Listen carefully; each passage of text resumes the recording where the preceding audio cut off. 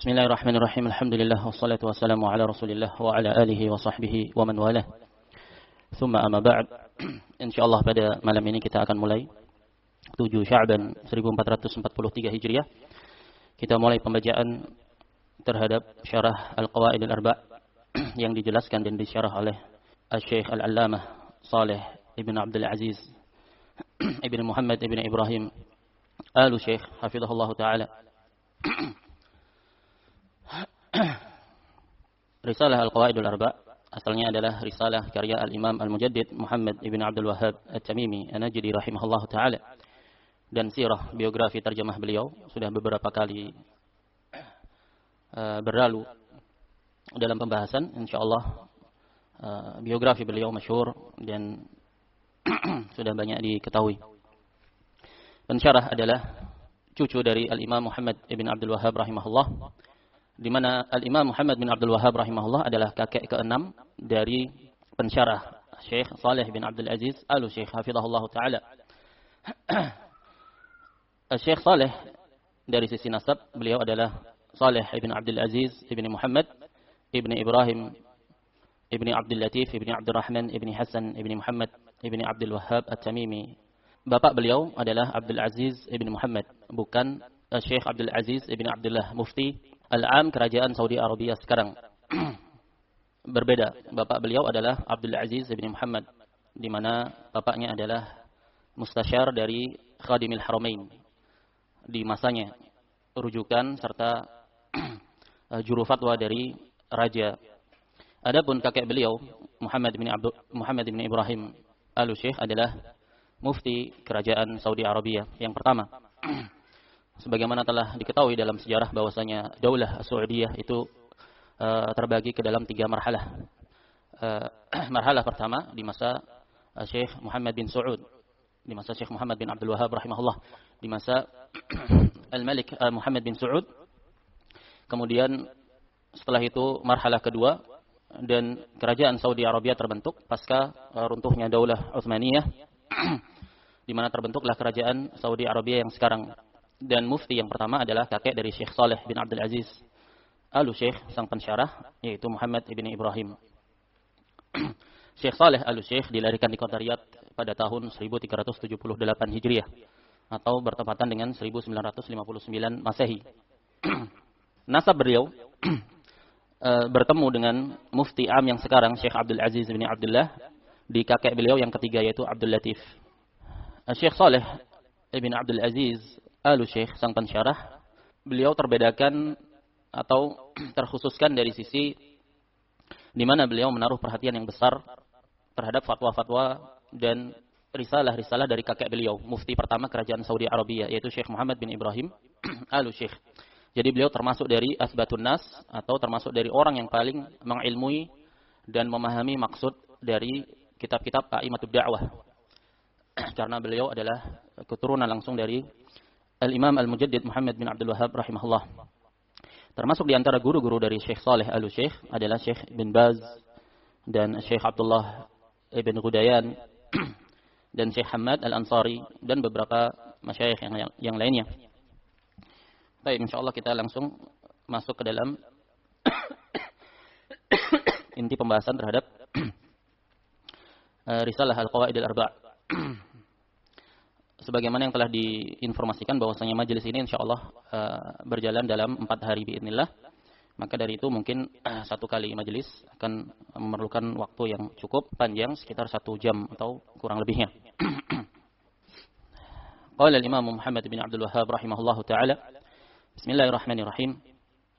As'alullah al-karim rabbal 'arsyil 'azim an yatawallaka fid dunya wal akhirah wa an yaj'alaka mubarakan aina ma kunt. وأن يجعلك ممن إذا أعطي شكر وإذا ابتلي صبر وإذا أذنب استغفر فإن هؤلاء الثلاثة عنوان سعادة. Syekh Muhammad bin Abdul Wahhab mengawali risalah beliau dengan doa, aku memohon kepada Allah Al-Karim, Rabb sang pemilik arsy yang agung, untuk menganugerahkan perwaliannya kepada engkau di dunia dan di akhirat, dan menjadikan engkau terberkati dimanapun engkau berada, dan menjadikan engkau termasuk di antara orang-orang yang apabila diberi bersyukur, dan apabila ditimpa dengan suatu musibah dia bersabar, dan apabila dia berdosa maka dia beristighfar. Fa inna haula'i thalatha unwanus sa'adah, karena 3 permasalahan tersebut, 3 perkara itu Apabila seseorang itu diberi bersyukur, ketika ditimpa ujian dia bersabar, dan ketika berdosa dia beristighfar, itu adalah tanda kebahagiaan seseorang. Asyarh, penjelasan. Qala Syekh Shalih bin Abdul Aziz Al-Syekh hafizahullah ta'ala. Bismillahirrahmanirrahim. Alhamdulillahi rabbil alamin wa asyhadu an la ilaha illallah wahdahu la syarika lah wa asyhadu anna Muhammadan abdullahi wa rasuluh sallallahu alaihi wa ala alihi wa sahbihi wa sallama tasliman katsira ila yaumiddin. Amma ba'd. Syekh Shalih bin Abdul Aziz memulai penjelasan syarah beliau dengan basmalah dan hamdalah, kemudian bersalawat kepada Nabi sallallahu alaihi wasallam. Dan ini adalah 3 adab dalam tadris atau ta'lif, dalam pengajaran maupun penulisan sebuah karya tulis. Asal dari syarah penjelasan ini adalah ungkapan dari atau gambaran dari sebuah muhadarah atau sebuah daurah tabligh akbar, daurah ilmiah secara langsung, yang kemudian ditranskrip hasil rekamannya dan dibukukan. Qala Syekh, fa inna hadhihi an-nubdah al-mukhtasarah al-qawaid al-arba' min an-nubad al-muhimmah min maqali imami hadhihi ad-da'wah rahimahullah. Sesungguhnya bagian yang ringkas ini yaitu risalah al-qawaid al-arba' termasuk dari bagian-bagian yang penting yang memiliki faidah yang besar, termasuk dari karya-karya al-Imam Muhammad bin Abdul Wahhab rahimahullah, imam dakwah ini, dakwah tauhid. Wa ta'ti ahamiyatuha bi ma'rifati mudadati tilka al-qawa'id al-arba' wa anna al-ikhlal bi hadhihi al-qawa'id aw adam dhabt tilka al-qawa'id yaqa'u ma'ahu labsun 'alimun fi ma'rifati halil musyrikin wa halil muwahhidin. Risalah al-qawa'id al-arba' ini keurgensiannya itu menjadi begitu nyata dengan penjelasan di dalamnya berkaitan dengan pengetahuan atau pengenalan terhadap lawan-lawan atau yang menjadi tolak belakang dari kaidah-kaidah yang 4. Kaidah yang 4 yang akan dibahas di dalam risalah Al-Qawaid Al-Arba'. Intinya pembahasan berkaitan dengan lawan-lawan tauhid. Risalah Al-Qawaid Al-Arba' adalah risalah yang menjelaskan tentang konsep beragama, konsep ketuhanan, konsep tauhid pada kaum musyrikin Arab. Kaum musyrikin di mana Rasul sallallahu alaihi wasallam diutus kepada mereka. Kaum musyrikin yang dibahas di dalam Al-Qur'an. Dan juga mengenali konsep peribadatan, ketuhanan, konsep beragama kaum musyrikin yang ada di masa Syekh Muhammad bin Abdul Wahhab, dan itu juga ada di masa kita sekarang ini. Wa anna al-ikhlala bi hadhihi al-qawa'id, dan bahwasanya kurang dalam memahami kaidah-kaidah yang akan disebutkan oleh Syekh Muhammad bin Abdul Wahhab rahimahullah dalam risalah beliau ini, atau tidak mutqin, tidak memahami dengan pemahaman yang benar terhadap kaidah-kaidah tersebut, salah sasaran atau tidak tepat sasaran dalam memahami makna yang ada di dalam risalah ini yang ingin disampaikan oleh Al-Imam Muhammad bin Abdul Wahhab rahimahullah, ini dapat menyebabkan seseorang itu terjatuh dalam kesamaran yang besar, kesamaran yang akut, sesuatu yang carut-marut dalam memahami tauhid, dalam memahami konsep atau mengenali keadaan kaum musyrikin dan ahlu tauhid. Jadi ringkasnya di dalam risalah Al-Qawaid Al-Arba' kita diajarkan untuk bagaimana itu mengenali deskripsi kriteria dari orang-orang musyrik dan deskripsi kriteria dari ahli tauhid. Wal ibtila'u waqa'a bihali ahli tauhid wa bihali ahli syirki wa qad bayyana Allah jalla wa ala fil Qur'ani ma yajibu min haqqihi fi tauhidihi wa bayyana syirka bihi bayanan 'azima. Dan juga di dalam risalah ini terdapat pengenalan bagaimana ibtila, ujian itu menimpa para ahli tauhid, dan bagaimana mengenali keadaan ahli syirik, kaum musyrikin yang senantiasa memusuhi, memerangi dakwah tauhid. Dan Allah Subhanahu wa taala telah menjelaskan di dalam Al-Qur'an apa-apa yang wajib pada permasalahan tauhid dan juga berkaitan dengan permasalahan kesyirikan dengan penjelasan yang gamblang, sehingga ahli tauhid menjadi jelas dan ahli kesyirikan juga menjadi jelas. وهذه القواعد الأربع مأخوذة من نصوص الكتاب والسنة ومن معرفة حال العرب كما سيأتي. Risalah Qawaidul Arba' ini ditulis oleh Al-Imam Muhammad bin Abdul Wahhab rahimahullah berdasarkan dari nas-nas yang tertera di dalam Alkitab dan As-Sunnah berkaitan dengan permasalahan tauhid dan syirik, dan juga sesuai dengan fiqhul waqi', kenyataan yang ada yang terjadi dalam medan dakwah di masa Syekh Muhammad bin Abdul Wahhab rahimahullah, maupun fakta yang ada di lapangan tentang konsep kaum musyrikin Arab yang Nabi sallallahu alaihi wasallam itu diutus kepadanya. Fahiya qawaidu 'azimatun ta'zimu man hafidhaha wa 'alima ma'naha min an yakuna 'indahu taraddudun fi mas'alatil hukmi 'ala ahli al-isyrak wa 'ala wujubi ikhlasid din lillahi jalla wa 'ala wa kaifa yakunu dhalik. Maka kaidah yang akan dipaparkan oleh Syekh dalam risalah Qawaidul Arba' ini adalah kaidah-kaidah yang besar, kaidah-kaidah yang agung, di mana dengan memahami, dengan menghafal kaidah-kaidah ini dan memahaminya, mengetahui maknanya, akan dapat menjaga seseorang, memberikan benteng perlindungan dari seseorang untuk terjatuh dalam keraguan, kebingungan, ketidakpastian dalam permasalahan meletakkan atau menetapkan hukum terhadap pelaku kesyirikan. Al-Quran telah menjelaskan tentang kesyirikan dan menjelaskan konsekuensi-konsekuensi dari kesyirikan dan menetapkan hukum terhadap pelaku kesyirikan. Maka seseorang yang memahami, mempelajari risalah ini, mengetahui maknanya, tidak akan tersisa lagi pada dirinya kebingungan, ketidakpastian, keterombang-ambingan dan keraguan terhadap permasalahan tauhid dan syirik. Dan bahwasanya memurnikan segala bentuk dan jenis peribadatan kepada Allah itu adalah perkara yang wajib. Wa imamu da'wah rahimahullah ka'adatihi fi katsirin min rasailihi yabtadi'uha bidu'ain liman yaqra'u tilka risalah aw liman wujjihat ilaihi wa hadha kama huwa ma'lumun fihi at-tanbihu ala anna mabna al-ilmi wa mabna ad-da'wah ar-rahmah. Imam ad-da'wah yaitu Syekh Muhammad bin Abdul Wahhab rahimahullah, termasuk dari adat kebiasaan beliau dalam banyak karya tulis beliau senantiasa memulai risalah itu dengan doa yang ditujukan untuk orang-orang yang membaca risalah beliau, yang mempelajari karya tulis beliau. Dan ini sebagaimana perkara yang maklum, padanya terdapat tanbih bahwasanya konsep bangunan dari sebuah ilmu dan dakwah itu asalnya adalah rahmah, kasih sayang dan kelemah lembutan.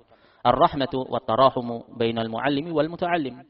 Rasa kasih sayang dan saling perhatian antara pengajar dan yang diajar. War-rahmatu wat tarahumu bainad da'iyati wal mad'u. Dan juga antara seorang dai dan mad'unya. Lianna ar-rahmata fi dzalika hiya sababu at-tawasul. Karena rahmat dalam dakwah, dalam pengajaran itu adalah sebab kebersambungan, sebab ikatan yang kuat, yang romantis antara seorang pengajar dan yang diajar. Dan ini secara asal bahwasanya dakwah dan pengajaran itu secara asal adalah dibangun di atas kasih sayang, lembut. Naam. Tapi terkadang tidak mengapa untuk seorang guru atau pengajar itu bersikap keras sedikit. Untuk apa tujuannya? Untuk memberikan semangat, motivasi agar mad'unya atau murid-muridnya itu terhasung dan memiliki atau menaruh perhatian besar terhadap permasalahan ilmu. Qala jalla wa ala fa bima rahmatin minallahi linta lahum, yakni fa bi rahmatin minallahi linta lahum. Allah Subhanahu wa taala mensifati karakteristik dari Nabi Muhammad sallallahu alaihi wasallam, maka dengan sebab rahmat dari Allah kamu itu berlemah lembut terhadap mereka. Wa ma fi hadhihi al-ayah silatun li ta'kidil jumlah. Ma dalam ayat fa bima asalnya kalau itu di luar Al-Qur'an fa bi rahmatin ay fa bi sababi rahmah. Adapun di dalam Al-Qur'an disebutkan fa bima rahmatin. Ay ma di situ apa maknanya? Fi hadhihi al-ayah silatun li ta'kidil jumlah. Dia termasuk dari silah untuk memberikan penguatan makna terhadap jumlah secara keseluruhan. Fa bima rahmatin minallah, keseluruhan kalimat. Wa hiya allati tusamma zaidah. Diistilahkan dalam ilmu nahwu. Naam, jika ini tekstualnya di luar Al-Qur'an diistilahkan sebagai ma az-zaidah. Tapi karena ta'adduban beradab terhadap Al-Qur'an, karena itu di dalam Al-Qur'an maka diistilahkan sebagai silatun li ta'kid. Li ziyadati ta'kid. Secara makna dalam nahwu maupun dalam ma'ani itu bermakna ziyadah. Fa bima rahmatin minallahi linta lahum, yakni fa bi rahmatin minallahi linta lahum. Ma-nya dihilangkan. Kalau secara makna fa bi rahmatin minallahi linta lahum.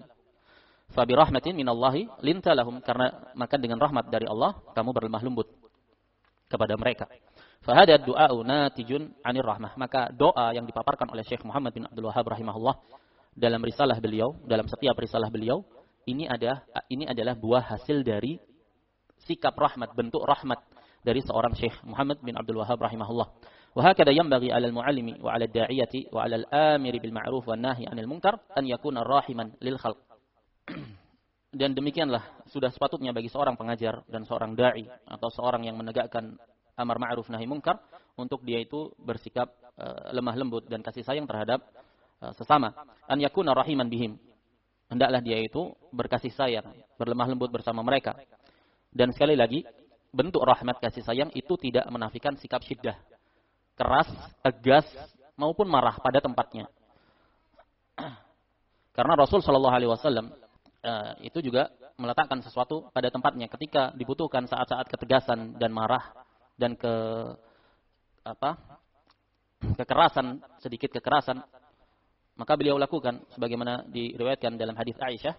Beliau berkata, "Ma khuyira Rasulullah sallallahu alaihi wasallam baina amrayni illa ikhtara aisarahuma ma lam yakun itsman, fa in kana itsman kana ab'ada an-nasi minhu." Aisyah radhiyallahu anha berkata, Nabi sallallahu alaihi wasallam itu tidaklah diberi dua pilihan kecuali pasti beliau memilih yang paling mudah di antara keduanya selama itu bukan suatu bentuk dosa atau terkonsekuensikan padanya dosa. Apabila salah satu dari pilihan itu adalah suatu tindakan dosa atau kemaksiatan, maka beliau adalah seseorang yang paling jauh darinya.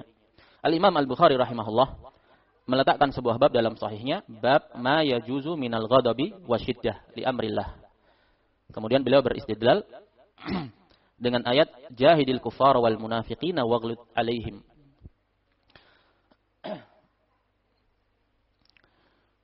Imam Bukhari rahimahullah meletakkan dalam sahihnya bab bolehnya untuk marah dan bersikap keras berkaitan dengan perkara Allah Subhanahu wa taala.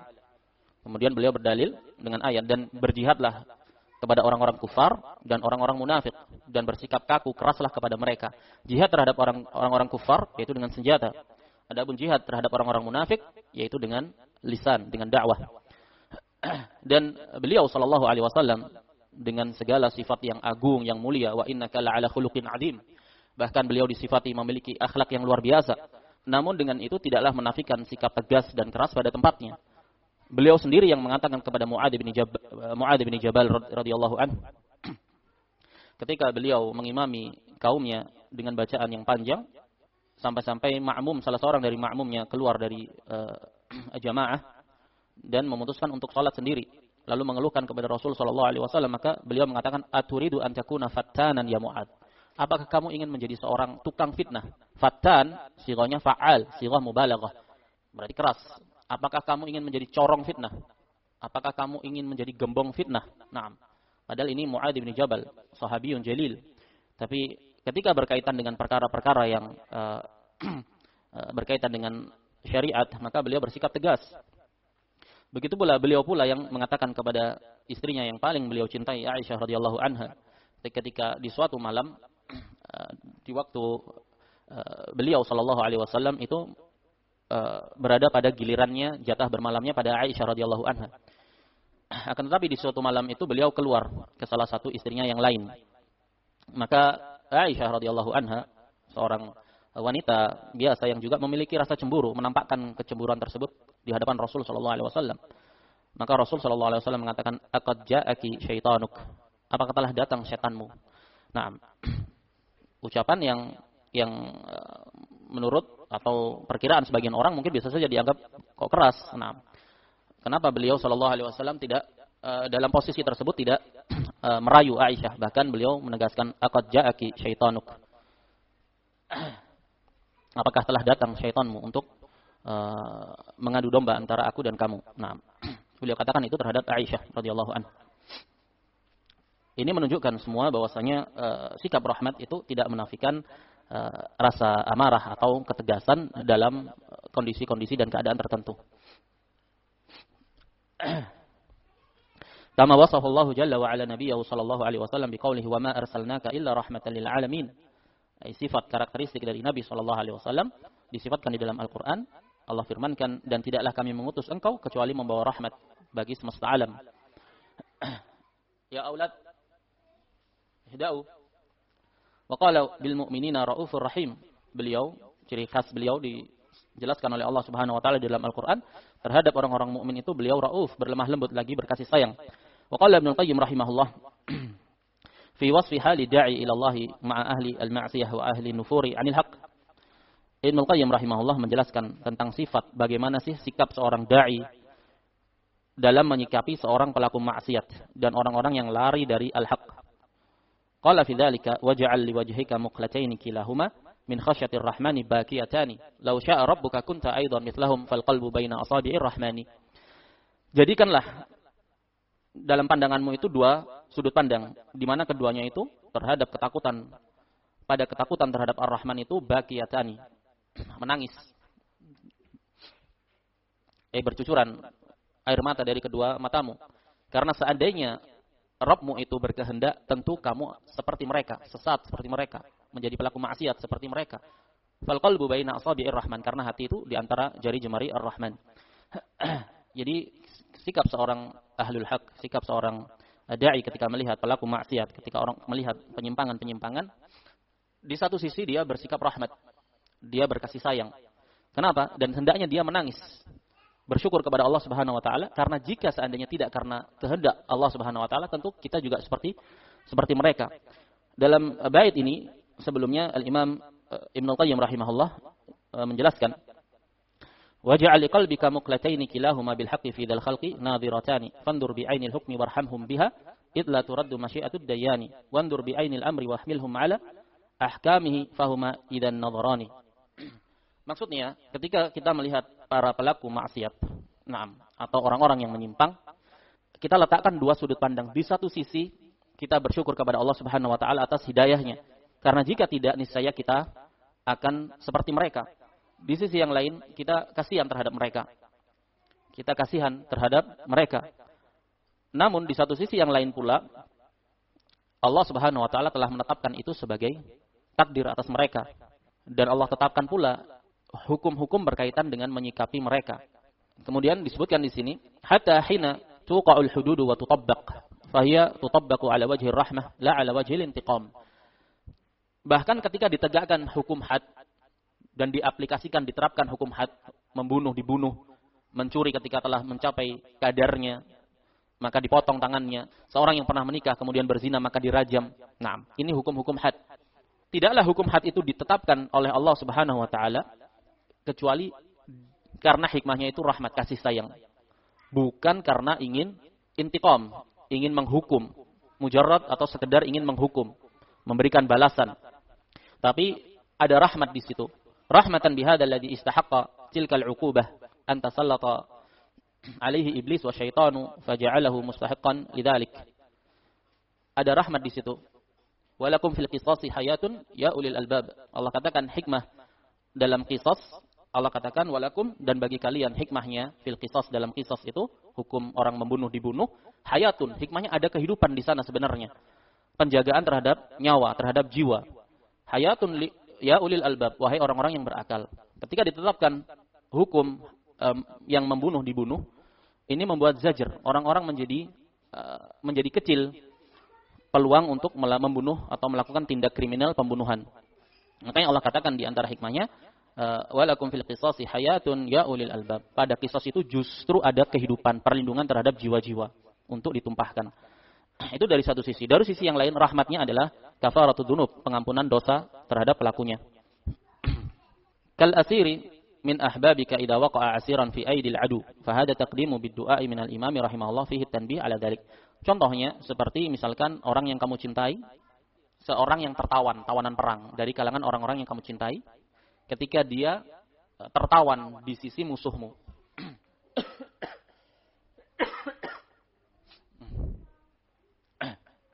Maka pendahuluan doa dari Al-Imam Muhammad bin Abdul Wahhab rahimahullah ini padanya terdapat tanbih, pengingat betapa sifat rahmah pada seorang dai, pada seorang pengajar itu sesuatu yang ditekankan.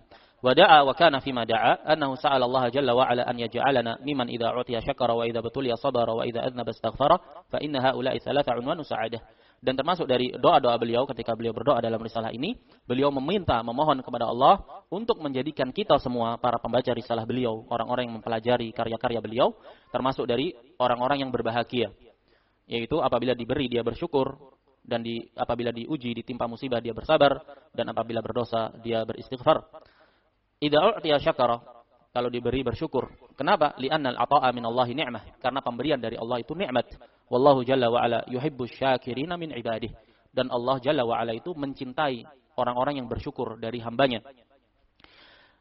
Wa syukur yakunu bilisanil maqal wa yakunu bil amal wa bil maqali wa bil amal. Faedah di sini disebutkan oleh Syekh Saleh Al-Syekh, realisasi bentuk syukur kepada Allah itu dapat teraplikasikan melalui 3 perkara. Yang pertama dengan lisanul maqal. Lisanul maqal dengan mengucapkan dengan lisan. Misalkan alhamdulillah alladzi bi ni'matihi tatimmu shalihat. Bersyukur kepada Allah Subhanahu wa taala dengan mengucapkan memuji Allah Subhanahu wa taala melalui lisannya. Termasuk dari syukur kepada Allah Subhanahu wa taala juga dengan lisan, yaitu at-tahadduts bin ni'mah. Wa amma bi ni'mati rabbika fahaddits. Nah, dengan lisan dia menceritakan nikmat-nikmat Allah Subhanahu wa taala yang telah dianugerahkan kepada dirinya. Untuk yang kedua, pengaplikasian bentuk syukur wa yakunu bil amal, dengan amalan, yaitu beramal, merealisasikan bentuk syukur itu dalam amalan nyata anggota badan, seperti misalkan puasa, salat, bersedekah, karena bentuk syukur atas nikmat Allah Subhanahu wa taala kepada dirinya.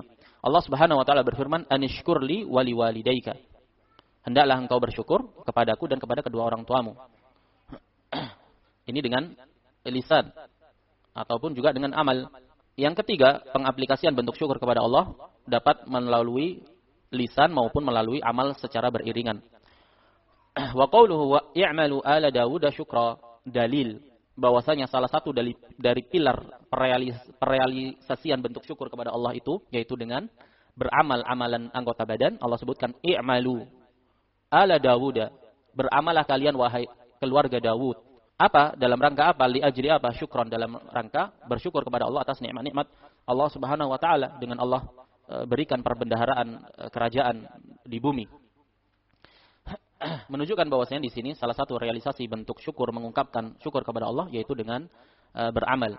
Makanya ketika Nabi SAW ditanya oleh Aisyah radhiyallahu anha, kenapa beliau itu salat sampai membengkak kakinya, maka Rasul SAW berdalih, afala akuna abdan syakura, tidakkah aku ini boleh menjadi seorang hamba yang bersyukur? Dalam hadis tersebut direalisasikan oleh Rasul SAW bentuk syukur itu dengan salat malam, bahkan sampai membengkak kaki beliau. Hada min jihatil amal. Ini dari sisi amal. I'malu ala Dawud syukra, realisasi bentuk syukur dengan amalan. Wa qauluhu ta'ala washkuru li wa la takfurun. Dan dalil yang menunjukkan pengaplikasian bentuk syukur dalam ucapan maupun amalan sekaligus, firman Allah Subhanahu wa taala di surat Al-Baqarah, washkuru li wa la takfurun, dan bersyukurlah kalian itu kepadaku, katanya Allah, wa la takfur, dan jangan kalian kufur. Dan kufur ini termasuk dari amalan. Walihada ikhtalafa aw iftaraqa asyukru 'anil hamdi. Ini permasalahan yang sering dibahas oleh para ulama ketika mensyarah menjelaskan makna syukur dan makna alhamd, pujian. Fasyukru yakunu an ni'mah. Syukur itu biasanya terrealisasikannya atas sebuah nikmat. Wa amal hamdu faqad yakunu li ni'matin aw fi muqabil ni'mah. Adapun alhamdu, ketika seseorang mengucapkan alhamdulillah, ini terkadang bisa karena suatu nikmat. Makanya Rasul sallallahu alaihi wasallam dahulu ketika beliau mendapati sesuatu yang beliau senangi, beliau mengatakan alhamdulillahi alladzi bi ni'matihi tatimmu shalihat. Adapun ketika mendapati perkara yang tidak beliau senangi, beliau mengatakan alhamdulillahi ala kulli hal. Menunjukkan di sini dalam keadaan senang maupun dalam keadaan sedih, itu tetap seseorang disyariatkan, dianjurkan untuk mengucapkan alhamdulillah. Adapun syukur, ini realisasinya datang karena sebuah nikmat atau kesenangan. Waqad la yakunu kadzalik wa yakunu sana'an mubtada'a. Terkadang juga alhamdu atau asyukur bisa terjadi bukan karena sebuah nikmat, tapi terjadi karena mubtadaan, ya dimulai begitu saja tanpa didahului oleh sesuatu. Tiba-tiba seseorang alhamdulillah, dia mengucapkan alhamdulillah. Kenapa? Ya karena ingin memuji Allah Subhanahu wa taala, bukan karena sebuah nikmat atau bukan karena sebuah musibah. Wasyukru yakunu bil lisani wa bil amal. Syukur itu dengan realisasinya dengan lisan, dan lisan bisa dengan dia ceritakan, bisa dengan dia tampakkan, lisanul hal, dia tampakkan asar nikmat Allah yang ada pada dirinya kepada orang lain. Wabil amal, dan dengan amalan, contohnya sedekah, Allah karuniakan dia dengan rizki, dia bersedekah, dia berinfak, atau dia sholat, atau dia puasa, atau umrah, atau haji, dan yang selain daripada itu dari amalan-amalan. sebagaimana yang dilakukan oleh Rasul sallallahu alaihi wasallam, di mana beliau merealisasikan bentuk syukur dengan salat malam sampai membengkak kaki beliau. Wa amal hamdu fayakunu bil lisani dunal amal. Adapun alhamdu ini perealisasiannya hanya dengan lisan. Alhamdulillah diucapkan. Tidak bisa direalisasikan dengan amalan. Amalan anggota badan maksudnya. Fi furuqin bainahuma ma'rufah 'inda ahli ilmi, fa hadha mimma yanbaghi tadabburuhu. Intinya, kalau antum belajar banyak dari penjelasan syarah dari para ulama, sering disinggung permasalahan syukur dan alhamdu. Ini apa sih perbedaannya? Nah, faedah saja. Dan ini penting bagi seseorang untuk memahami deskripsi dari syukur dan deskripsi dari alhamdu, sehingga dia bisa mentadaburinya. Di mana dengan itu dia dapat diharapkan dengannya mampu untuk merealisasikan wujud syukur itu dengan sebaik mungkin. Wa huwa anna al-'abda idza u'tiya 'ata'an syakara 'ata' Allah jalla wa 'ala 'ala in'amih. Yaitu seorang hamba ketika dia diberi dengan pemberian, dilapangkan rezekinya, diberi kesehatan dan yang selain daripada itu dari kenikmatan-kenikmatan yang tanpa batas, dia bersyukur atas pemberian Allah jalla wa 'ala terhadap dirinya. Wa syukrul 'ata' kama dzakarna bil qaul wa bil amal. Dan syukur, realisasi syukur atas nikmat pemberian Allah sebagaimana yang telah kita sebutkan, yaitu terrealisasikan dengan ucapan maupun dengan amalan. Amma syukru bil qaul, adapun realisasi bentuk syukur dengan ucapan, fa bi an yansuba dzalikal ata ila man a'tahu. Ini yang pertama dari pilar syukur yang terrealisasikan melalui ucapan, yaitu dengan dia sandarkan pemberian tersebut kepada zat yang telah memberikannya, yang telah menganugerahkan kepadanya, yaitu Allah. Bukan dia sandarkan kepada makhluknya. Walaupun makhluk itu sebagai sabab, misalkan, oh kalau bukan karena fulan, misalkan. Tidak, tapi dia sandarkan segala pemberian karunia nikmat itu hanya kepada zat yang memberinya, yaitu Allah Subhanahu wa taala. Wa an yusniya alaihi bih, dia puji Allah atas nikmat tersebut. Misalkan dia ucapkan alhamdulillah. Wa alla yaltafita fihi ila ghairihi. Dan yang ketiga, hendaknya dia tidak menoleh sedikit pun kepada selain Allah Subhanahu wa taala. Bahwasanya segala sesuatu yang diraih oleh seorang hamba itu tidaklah kecuali melainkan semata hanya dari Allah Subhanahu wa taala. Adapun makhluk dia hanya sebab saja. Datang rezeki dari Allah, kenikmatan dari Allah tersebut melalui perantara makhluknya. Adapun sang pemberi hakikatnya adalah Allah Subhanahu wa taala. Allah firmankan dalam ayatnya, wa ma bikum min ni'matin faminallah. Dan tidaklah bagi kalian itu dari kenikmatan apapun itu, nikmat lafadznya nakirah dalam tekstual nafi, wa ma bikum min ni'matin, tidak ada satu nikmat pun kecil besar kecuali pasti itu dari Allah Subhanahu wa taala. Kemudian Allah Subhanahu wa taala berfirman, ya'rifuna ni'matallahi tsumma yunkirunaha. Ni'matallahi, ni'mah mufrad mudhaf berfaedah umum, mufrad mudhaf berfaedah umum, bahwasanya segala nikmat Allah itu datangnya dari Allah Subhanahu wa taala. Dan ciri-ciri orang-orang kufar, orang-orang kafir itu mereka mengetahui bahwasanya nikmat-nikmat itu dari Allah, tapi mereka mengingkarinya dengan tidak bersyukur kepada Allah Subhanahu wa taala. Wa amma syukru bil amal, adapun realisasi bentuk syukur dengan amalan, amalan yang dimaksud yaitu amalan jawarih, anggota badan. Fayakunu bisti'malin ni'ami fima yuhibbu man an'ama biha wa asdaha. Kamu implementasikan bentuk kenikmatan-kenikmatan Allah Subhanahu wa taala itu pada perkara yang Allah cintai. Allah berikan kamu ilmu, tebarkan. Allah berikan kamu harta, infakkan. Naam. Allah berikan kamu kekuatan. Naam. Maka lakukan perkara-perkara dalam ketaatan kepada Allah Subhanahu wa taala. Kamu realisasikan syukur atas itu semua dalam perkara-perkara yang dicintai dan diridhai oleh Allah. Wa hadha mimma yuhibbuhu Allah taala, bal huwa min 'azimi ma yuhibbu Allah jalla wa ala minal ibadat an yakuna al-'abdu syakiran. Dan amalan atau syukur itu termasuk perkara yang dicintai Allah. Bahkan termasuk dari perkara terbesar di antara perkara-perkara besar yang dicintai oleh Allah, yaitu seorang hamba bersyukur kepada Allah Subhanahu wa taala. Walihada qala, oleh karena itu Allah berfirman di dalam surat Saba, wa qalilum min ibadiyasy syakur, dan sedikit sekali dari hamba-hambaku itu yang bersyukur. Kenapa tidak mampu untuk bersyukur? Karena taksir mereka. Taksir bermudah-mudahan mereka dalam menunaikan hak Allah atau maksiat mereka atau ketidakmampuan mereka untuk bersyukur karena tidak adanya kemampuan untuk memahami, menyadari setiap apa yang dianugerahkan kepadanya berupa nikmat.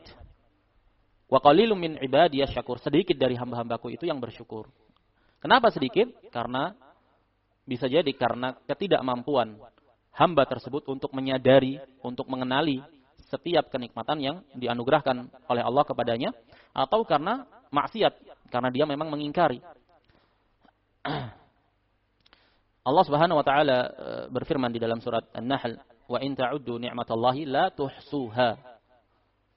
Seandainya engkau menghitung-hitung nikmat-nikmat Allah, niscaya engkau tidak akan mampu untuk menghitungnya. Kemudian Allah akhiri ayat tersebut dengan penyebutan asma Allahi al-husna. Innallaha laghafurun rahim. Sesungguhnya Allah itu ghafur, maha pengampun, rahim lagi maha penyayang.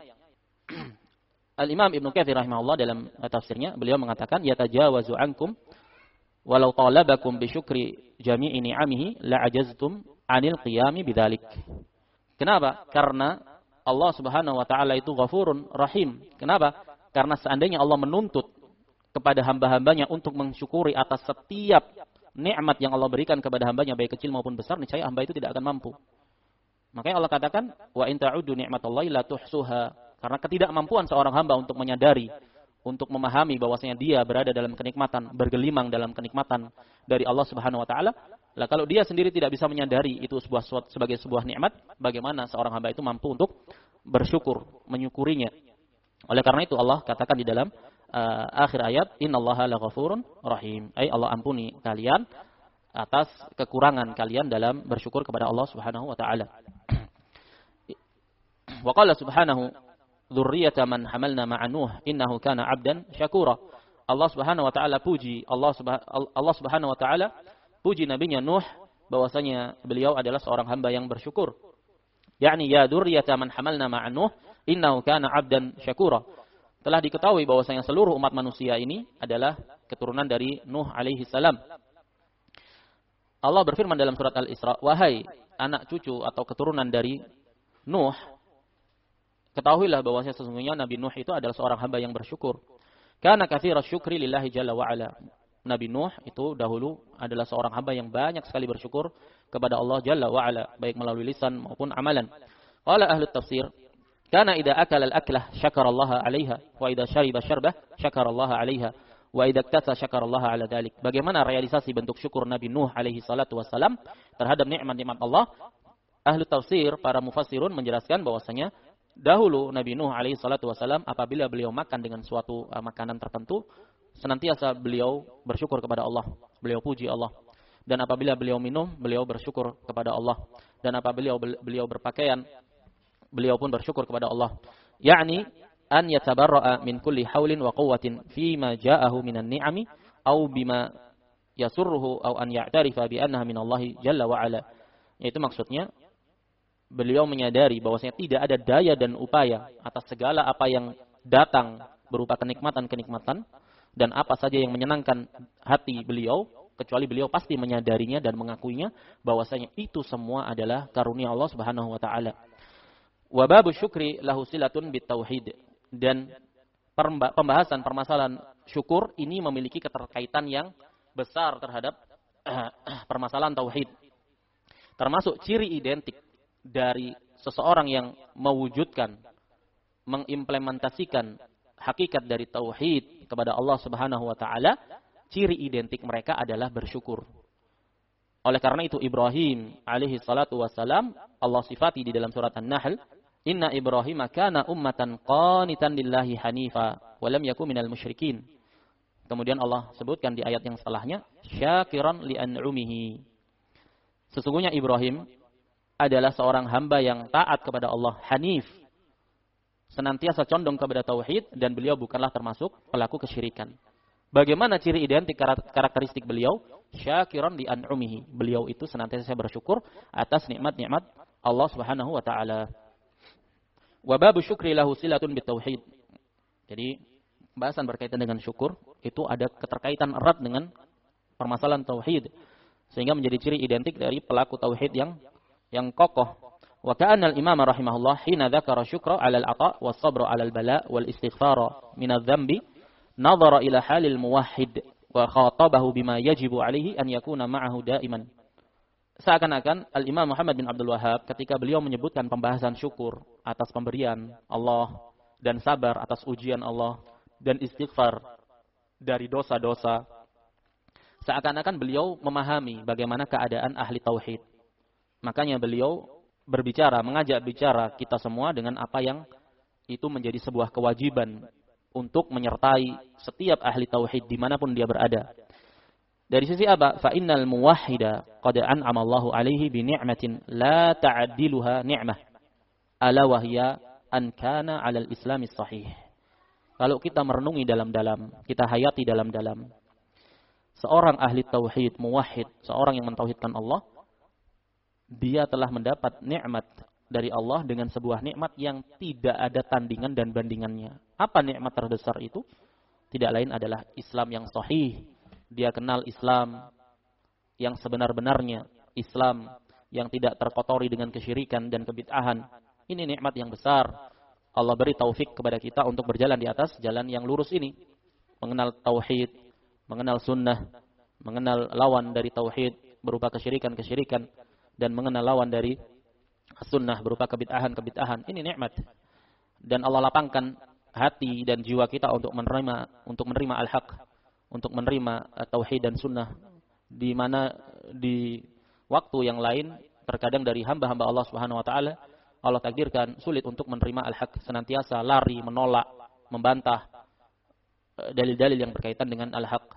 Alhamdulillah kita sebagai penuntut ilmu, Allah takdirkan kita, Allah beri taufik kita untuk senantiasa menerima al-haq beserta dalil-dalilnya. An kana 'ala tauhidil khalis alladhi wa'ada Allahu ahlahu bis sa'adah fid dunya wal akhirah. Di mana seorang ahli tauhid dia bersyukur bahwasanya itu adalah nikmat yang besar, seseorang berada di atas tauhid yang murni, yang telah Allah janjikan pada pelakunya itu dengan kebahagiaan di dunia dan di akhirat, kekekalan di surga. Qala wa idza btuliya sabara. Dan orang yang berbahagia itu cirinya apabila dia diuji dia bersabar. Wala budda lil muwahhidi minal iftila. Seakan-akan Syekh memahami kenapa Syekh membahas syukur, kemudian sabar dan istighfar. Seakan-akan Syekh memahami bahwasanya pelaku tauhid, orang yang berpegang teguh di atas tauhid, itu sudah barang tentu dia harus siap dengan segala resiko dan konsekuensi berupa ibtila, ujian. Jangankan kita, makhluk yang paling mulia Rasul sallallahu alaihi wasallam saja, beliau harus menghadapi ibtila, ujian yang berat, dicerca, dicaci maki, dituduh sebagai penyihir, dituduh sebagai orang gila, dimusuhi oleh kaum kerabatnya sendiri, diperangi. Ibtila, ujian. Nah, itu konsekuensi dari pembawa al-haq, membawa panji tauhid. Fasa'alallaha lahu an idza ubtuliya sabara. Maka Syekh Muhammad bin Abdul Wahhab meminta, mendoakan kepada Allah Subhanahu wa taala agar kita semua yang memahami, membaca risalah beliau, mempelajari tauhid, dia harus bersabar ketika ditimpa oleh ujian, karena sudah barang tentu, sudah pasti akan ada ujian, ibtila yang akan dia hadapi kelak. Konsekuensi dari memikul al-haq. Wal ibtila'u qad yakunu min jihatil aqwal allati tuwajjahu ilaihi. Bentuk-bentuk ujian ibtila itu, tekanan, pressure terhadap dakwah tauhid, terkadang bisa dari sisi ucapan-ucapan yang dipaparkan, diarahkan kepadanya, dicemooh, dituduh sesat, dituduh tidak toleran, intoleran, dituduh begini dan begitu, dituduh radikal, dituduh yang macam-macam. Ucapan-ucapan yang itu terkadang menyakitkan hati. Nah, itu termasuk bentuk ibtila, bersabar. Waqad yakunul ibtila'u min jihatil badan. Terkadang bentuk ujian seorang yang memikul al-haq, mempertahankan al-haq, bisa dari sisi badan, fisik, kontak fisik, dia dipukul, dia dibunuh, dia dilukai. Waqad yakunu min jihatil mali aw ghairi dzalik. Atau bisa jadi ujian itu dari sisi harta, dirampas hartanya, dipersempit ruang geraknya dalam bisnisnya, pangsa pasarnya. Naam. Atau yang berkaitan dengan selain daripada itu. Maka ini semua bentuk-bentuk ujian yang siap harus dihadapi oleh para pemikul al-haq. Qala wa idza adnaba astaghfara. Kemudian apabila seseorang itu berdosa, dia beristighfar. Li'anna al-muwahhid la budda wa an yakuna 'indahu syai'un minal ghaflah. Karena seorang ahli tauhid tidak lantas kemudian dia itu suci dari dosa. Karena tidak ada seorang yang selamat dari dosa. Pasti ada ghaflah, ada kelalaian pada dirinya, ada kekurangan terhadap menunaikan hak-hak Rabbnya Subhanahu wa taala. Wala budda an yaqa'a dzamb, sudah pasti dia akan berdosa. Imma minas shaghair wa imma minal kabair. Bentuk-bentuk dosa itu terkadang dosa kecil maupun dosa-dosa besar. Wallahu jalla wa ala min asma'ihi al-ghafur.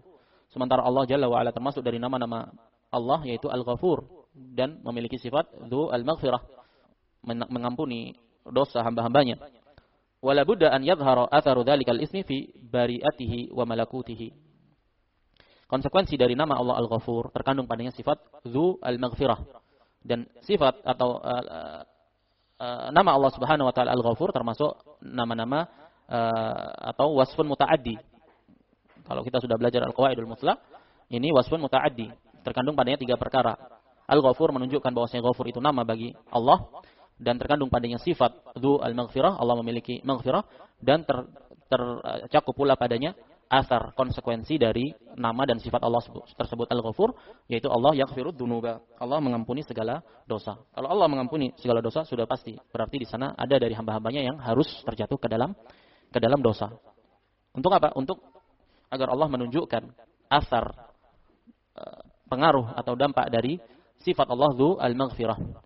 Wa min thamma fa inna Allah ta'ala yuhibbu min 'abdihi al-muwahhid al-mukhlis an yakuna da'imal istighfar. Dan Allah Subhanahu wa taala cinta kepada hambanya seorang muwahhid ahli tauhid yang murni untuk senantiasa beristighfar.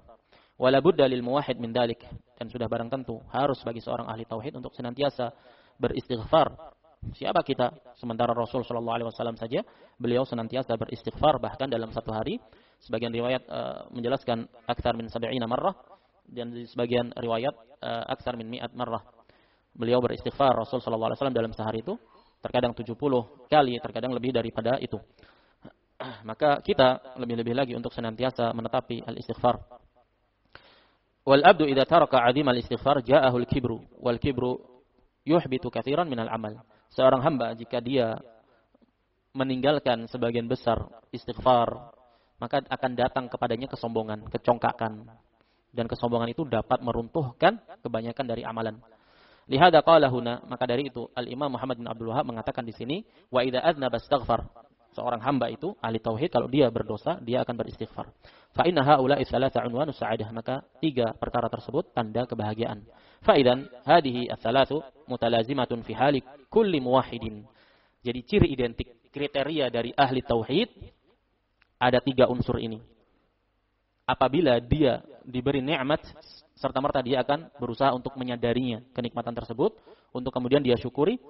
Dan apabila dia ditimpa dengan suatu ujian musibah, dia bersabar. Dan apabila dia berdosa, dan pasti dia berdosa, dia senantiasa menetapi al-istighfar. Ini menetapi ciri identik dari ahli tauhid. Wa ya asyukru 'alal ata' wa sabru 'alal bala wal istighfar min adz-dzambi wal isyan. Wa kullama 'azumat ma'rifatul 'abdi bi rabbih, kullama 'azzama hadhihi ats-tsalath. Semakin besar pengagungan atau semakin besar pengenalan, pengetahuan, ma'rifat seorang hamba terhadap Rabb-nya, terhadap kesempurnaan Rabb-nya, terhadap rububiyah Allah, uluhiyah Allah, asma dan sifat-sifat Allah, maka akan semakin besar pula perealisasian dia dalam mewujudkan 3 unsur ini. Yaitu apabila dia diberi, dia bersyukur, apabila dia ditimpa ujian, dia bersabar, apabila dia berdosa, dia beristighfar. Naam. Hatta yasir al-abdu la yara siwallahi jalla wa ala fi istihqaqi syai'in min a'malihi wa tasarrufatihi. Sampai-sampai saking besarnya pengetahuan seorang hamba terhadap hak Allah Subhanahu wa taala, jadilah hamba tadi tidaklah melihat kecuali Allah Subhanahu wa taala dalam segala keberhakan dalam amalan-amalan dia dan tindak tanduknya. Dalam artian segala tindak tanduknya, bentuk syukurnya, segala amalannya itu tidaklah dia palingkan, dia tujukan, melainkan untuk Allah Subhanahu wa ta'ala. Inna salati wa nusuki wa mahyaya wa mamati lillahi rabbil alamin. Sesungguhnya salatku, sesembelihanku, hidup dan matiku ini hanya untuk Allah semata. Ini ketika seorang hamba telah sampai ke dalam derajat keimanan yang tinggi. Fa in ghafala fi dzalika kana istighfaruhu laisa istighfaral ladzi la yafqah. Ini perbedaan tingkat pengetahuan seorang hamba dan tingkat keimanan hamba terhadap Rabb-nya. Semakin seorang hamba tahu hak Rabb-nya, semakin besar pula istighfarnya dia. Dalam artian, beda istighfarnya seorang ahli tauhid yang berilmu, istighfarnya seorang ahli tauhid yang melek, paham terhadap hukum-hukum syar'i, dengan istighfarnya orang awam.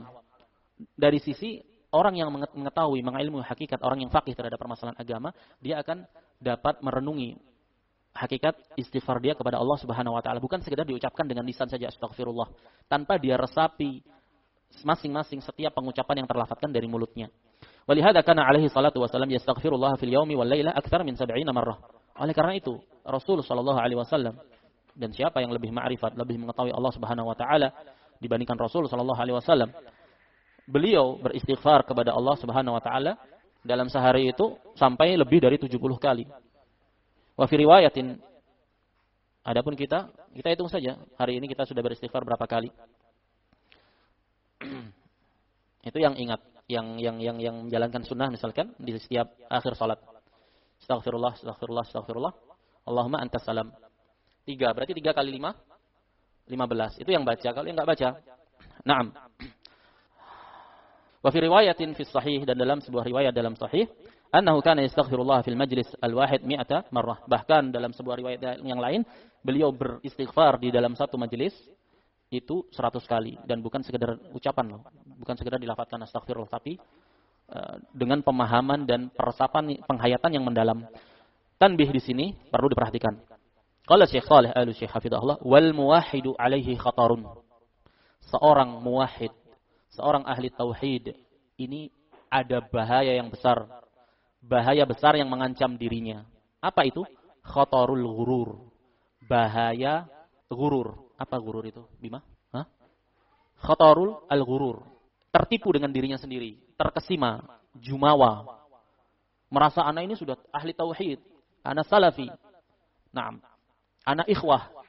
Anak ini muhajir. Anak belajar tauhid. Awas. Jangan sampai ghurur ini menimpa kamu. Melenakan kamu. Al-ghurur bi'annahu min ahli tauhid. Sikap ghurur, sikap jumawa, terlena, terkesima, dia sangka bahwasanya dia ini ahli tauhid, sudah bertauhid. Au minal muhaqqiqina li ittiba'i salaf. Atau dia merasa ana salafi sudah, ana ngaji salaf. Awas, akan ada di hadapan kamu itu mara bahaya yang besar.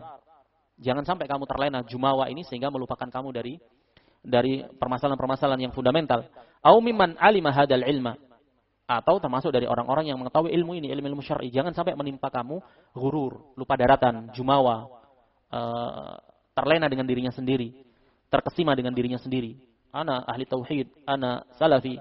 Tsumma la yakunu fi qalbihi minal khudu'i wadh-dhul. Ini yang bahaya, mara bahaya yang besar ketika seseorang sudah nyaman merasa, oh ana ini ahli tauhid, ana ngaji tauhid, ana salafi. Naam. Kemudian dalam hatinya tidak ada itu ketundukan, kerendahan di hadapan Allah Subhanahu wa taala, alladzi ya'lamuhu Allahu min.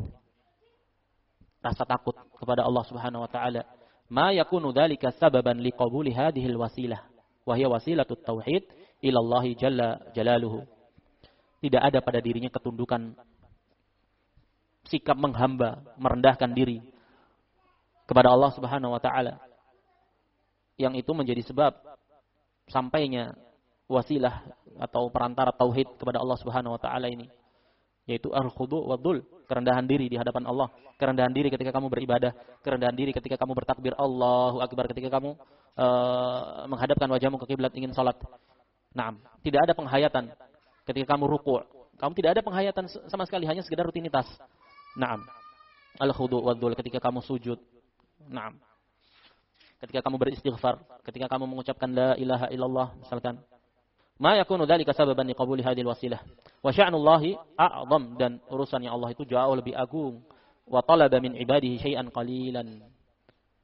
Allah Subhanahu wa taala menuntut dari hamba-hambanya itu sesuatu yang kecil, enggak ada bandingannya dengan segala nikmat Allah Subhanahu wa taala.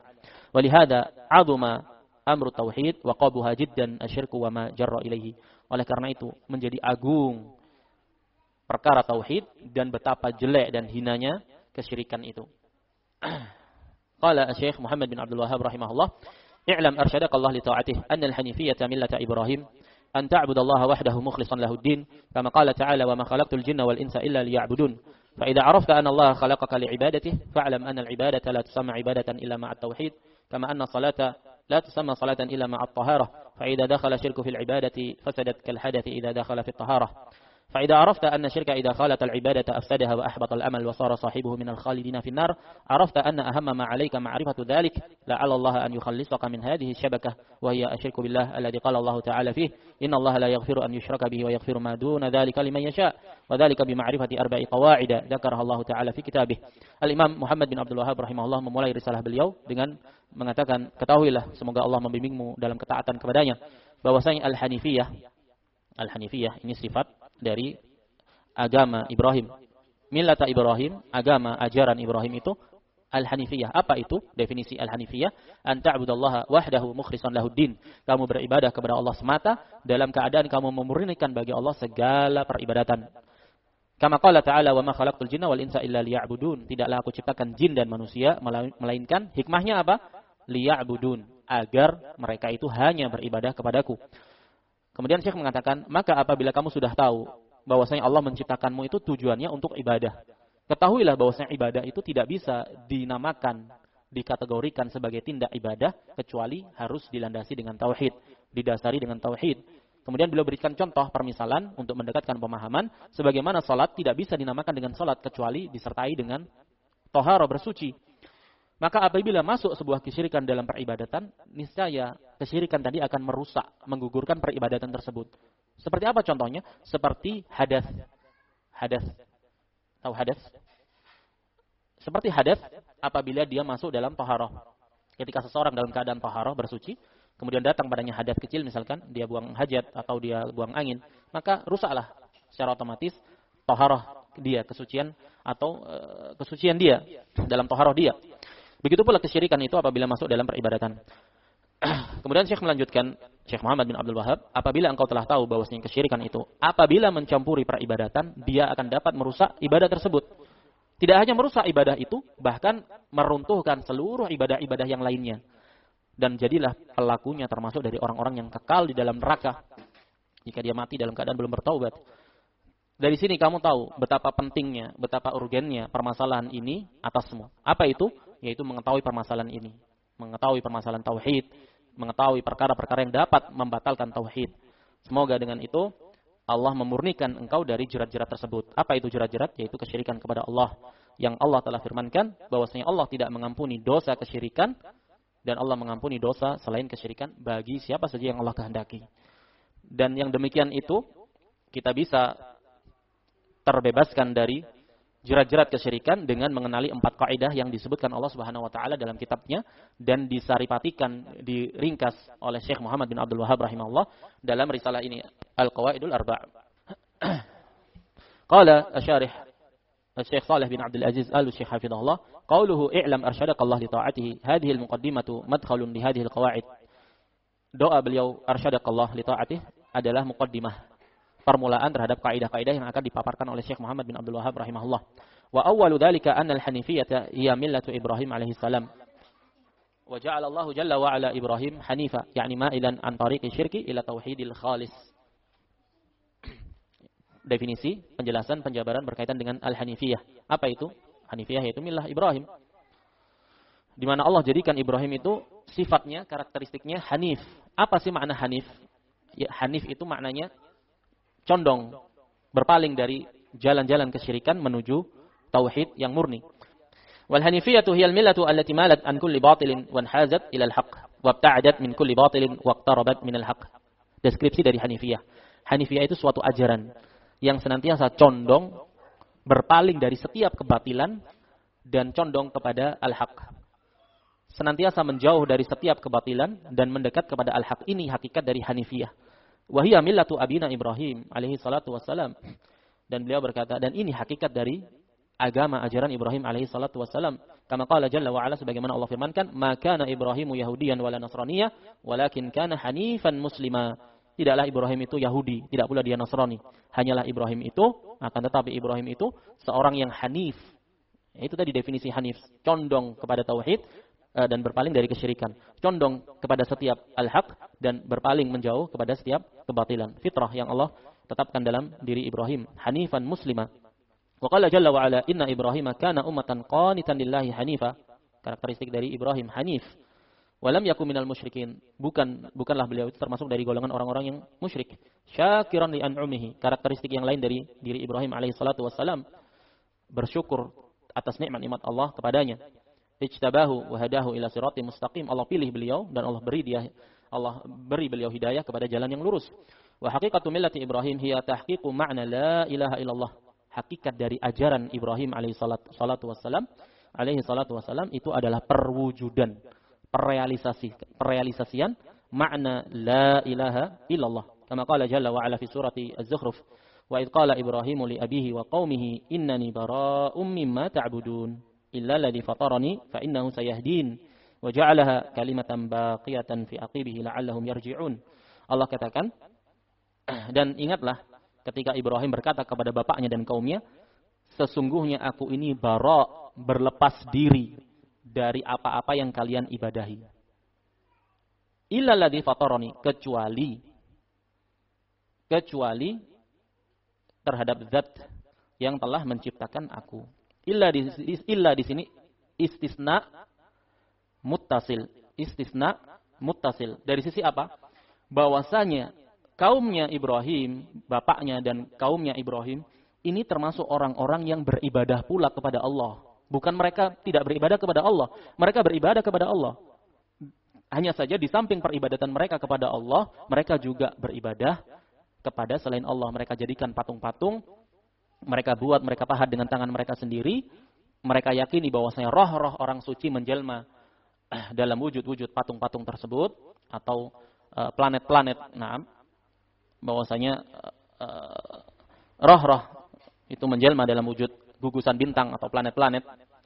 Ini konsep kesyirikan yang ada pada kaum Ibrahim alaihi salatu wassalam. Maka dikatakan innani bara'um mimma ta'budun. Kemudian diistisna. Sesungguhnya aku berlepas diri dari apa-apa yang kalian sembah. Masalahnya termasuk dari yang mereka sembah adalah Allah juga. Makanya kemudian diistisna illa alladzi fatarani, kecuali kepada yang telah menciptakan aku. Fa innahu sayahdin. Dialah yang akan membimbingku. Wa ja'alaha, dan Allah jadikan hiya. Apa itu? Ucapan Ibrahim tadi, innani bara'um mimma ta'budun illa alladzi fatarani. Allah jadikan ucapan itu wa ja'alaha kalimatan baqiyatan fi aqibihi. Senantiasa Allah jadikan kalimat itu kekal dalam garis keturunan Ibrahim, la'allahum yarji'un. Semoga dengan itu mereka dapat kembali. Wa hadhil kalimah hiya kalimatu la ilaha illallah. Kalimat dalam ayat wa ja'alaha kalimatan baqiyah, kalimat itu yang dimaksud adalah la ilaha illallah. Qala wa idh qala Ibrahimu li abihi wa qaumihi innani bara'um mimma ta'budun illa alladzi fatarani. Hadhihi hiya kalimatu tauhid. Ini loh kalimat tauhid. Berlepas diri, la ilaha, bara'un mimma ta'budun, kemudian diisbat. Illa alladzi fatarani, illallah. Innani bara'um mimma ta'budun, hadha huwa an-nisfu alladhi huwa an-nafi. Hadha huwa an-nisfu alladhi huwa an-nafyu fi kalimat tauhid, yakni qawluhu la ilaha. Ini penafian, potongan yang pertama. La ilaha maknanya innani bara'um mimma ta'budun. Sesungguhnya aku berlepas diri dari segala apa yang kalian sembah. Ma mausulah, umum. Mimma ta'budun. Maksudnya apa? Mereka juga menyembah Allah pula. Illallah, kemudian diistisna. Illallah, yakni illalladzi fatarani. Kecuali yang telah menciptakan aku. Dan dia adalah zat yang juga kalian ibadahi. Tapi bukan satu-satunya yang kalian ibadahi. Di situ letak perbedaannya. Wa ja'alaha kalimatan baqiyatan fi aqibihi. Kalau jadikan kata la ilaha illallah atau ucapan Ibrahim tadi, fa'a'dhamu tafsirin li kalimati tauhid huwa hadhil ayah. Tafsir yang paling mendetail, yang paling besar dalam menafsirkan tafsir la ilaha illallah adalah ayat ini. Innani bara'um mimma ta'budun illa alladzi fatarani. Haitsu qala innani bara'um mimma ta'budun illa alladzi fatarani. ولهذا قال أهل العلم إن كلمة التوحيد لا إله إلا الله فيها نفي وفيها إثبات. Makanya para ulama menjelaskan hakikat dari kalimat tauhid la ilaha illallah ada dua rukun. Yang pertama penafian dan yang kedua isbat, penetapan. Wa nafyu fihi al-bara'atu min kulli ma'budin siwallahi jalla wa ala. Dan rukun penafian itu al-bara'ah, keberlepasan diri. Di mana terkandung pada makna bara'ah juga al-bughd, ketidakrespekan, ketidakrelaan. Bara'ah, berlepas diri, tidak loyal dari segala sesuatu yang diibadahi kecuali Allah. Wa min ibadati kulli ma siwallahi jalla wa ala. Lianna ibadata ma siwallahi batilah. Ma siwallahi ta'ala batilah. Karena peribadatan kepada selain Allah itu batil. Wa itsbatul ibadati lillahi wahdahu subhanahu, yakni inzal al-ubudiyyati al-haqqah al-mustahaqqah fi wahidin wa huwa Allahu jalla jalaluh. Dan itsbat peribadatan bagi Allah semata, maksudnya apa? Kamu letakkan, kamu terapkan penghambaan yang hak, yang benar-benar berhak itu pada zat yang satu, yaitu Allah Subhanahu wa taala. Hadhihi millatu Ibrahim. Inilah hakikat dari ajaran Ibrahim, agamanya Ibrahim, manhajnya Ibrahim. Wa hadhihi hiya al-hanifiyah. Inilah makna dari hanifiyah. Wa hiya allati amara Allah jalla wa ala nabiyahu bil istimsaki biha. Maka dari itu Allah Subhanahu wa taala memerintahkan nabinya Muhammad sallallahu alaihi wasallam untuk berpegang erat dengannya, dengan ajarannya agama Ibrahim. Tsumma auhayna ilaika anittabi' millata Ibrahim hanifa. Kemudian kami wahyukan kepada engkau wahai Nabi Allah Muhammad untuk engkau ikutilah millah Ibrahim. Millah mufrad mudhaf kepada Ibrahim. Maknanya apa? Segala ajarannya Ibrahim ikuti semuanya. Termasuk dalam konsep tauhid. Kemudian Allah puji di sini disifati Ibrahim hanifa. Ibrahim yang hanif. Tabiat dasarnya, karakteristiknya itu condong kepada tauhid dan benci, enggak suka kepada kesyirikan dan perkara-perkara kebatilan. Famillatu Ibrahim hiya tauhid. Ini hakikat agama Ibrahim. Wa idza arafta hadza, kalau kita sudah tahu yang demikian, fa innal ibadata la tuqbalu illa bitauhid. Ibadah tidak mungkin bisa diterima kecuali dengan didasari tauhid. Wa dzalika mithlu taharah lis shalah, seperti salat, dan yang demikian itu seperti taharah, bersuci dalam salat. Bersuci untuk salat. Fa inna tauhida syartu qabulil ibadah. Tauhid itu syarat mutlak diterimanya ibadah. Bahkan tauhid sendiri memiliki syarat-syarat yang tidak bisa terwujudkan tauhid itu kecuali dengan wujudnya, didapatinya syarat-syarat tersebut. Ada 8 syarat yang dijelaskan oleh para ulama, terkumpul dalam sebuah bait, ilmun yaqinun wa ikhlasun wa sidqu kama mahabbatin wa inqiyadin wal qabuli laha wa zidata minuhal kufranu minka bima siwal ilahi minal asya'i qad uliha.